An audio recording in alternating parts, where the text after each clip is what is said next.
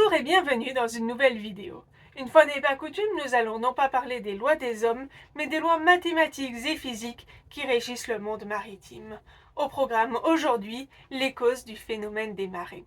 Avant de commencer, n'oubliez pas de me soutenir en vous abonnant et en likant ma vidéo si vous aimez mon travail.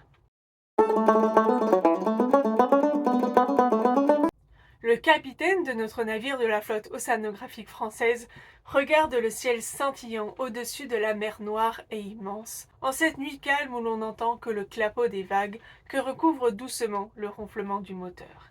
Il se sent tellement attiré par cette lune et ces astres, si loin mais si près. Cette formule lui revient comme une poésie. La force qui attire les corps entre eux est proportionnelle au produit des deux masses et inversement proportionnelle au carré de la distance. La formule universelle de la gravitation de Newton, celle-là même qui explique tant de phénomènes, en premier lieu la marée. En effet, l'amplitude de la marée varie en fonction de l'orbite de la Lune autour de la Terre, de l'orbite de la Terre autour du Soleil et des autres planètes. On remarque que la Lune est le principal facteur, avec un potentiel générateur plus de 2 fois plus élevé que celui du Soleil. Ce qui nous donne une marée en vivo en nouvelle Lune et en pleine Lune, en Sygizie, et une marée en morte-aux-eaux en premier et dernier quartier, en quadrature. Le coefficient de marée s'établit entre 20 et 120, avec un coefficient de 95 en vivo, de 45 en morte-aux-eaux et de 70 quand le coefficient est moyen.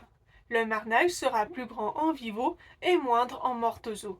Sur une carte marine, le marnage, qui apparaît en vert positivement, est la partie du littoral qui est découvert entre la basse mer et la haute mer de coefficient 120.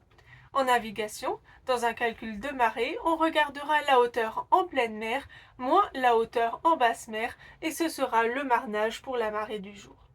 La marée a un caractère périodique et sinusoïdal. Petite exception, au Havre, il y a une tenue du plein à cause de l'estuaire de la Seine. La partie entre la basse mer et la pleine mer s'appelle le montant et celle entre la pleine mer et la basse mer, le perdant. Cette courbe est différente géographiquement.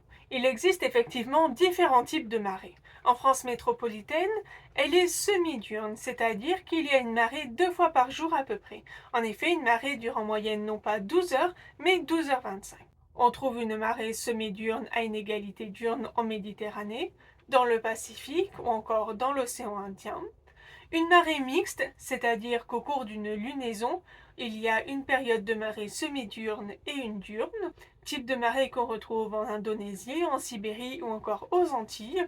Et enfin, la marée diurne, c'est-à-dire une marée par jour, type de marée qui est plus rare et qu'on retrouve notamment dans le Pacifique, en Sibérie ou encore en Asie du Sud-Est. La marée est une onde qui se propage à partir d'un point amphidromique et où les lignes quotidales se rejoignent. Les lignes quotidales étant l'ensemble des endroits où la pleine mer se produit au même moment. Le va-et-vient de la marée produit des courants de marée. Le courant généré par le flux, c'est-à-dire la marée montante, est appelé le flot, et celui du reflux, c'est-à-dire de la marée descendante, est appelé le jusant. La marée résulte ainsi de multiples causes physiques, la gravité, mais aussi la pression atmosphérique, tout en étant un phénomène physique, une onde qui se déplace. J'espère que cette vidéo vous aura été instructive et que vous apprécierez également les prochains épisodes. À bientôt dans une nouvelle vidéo.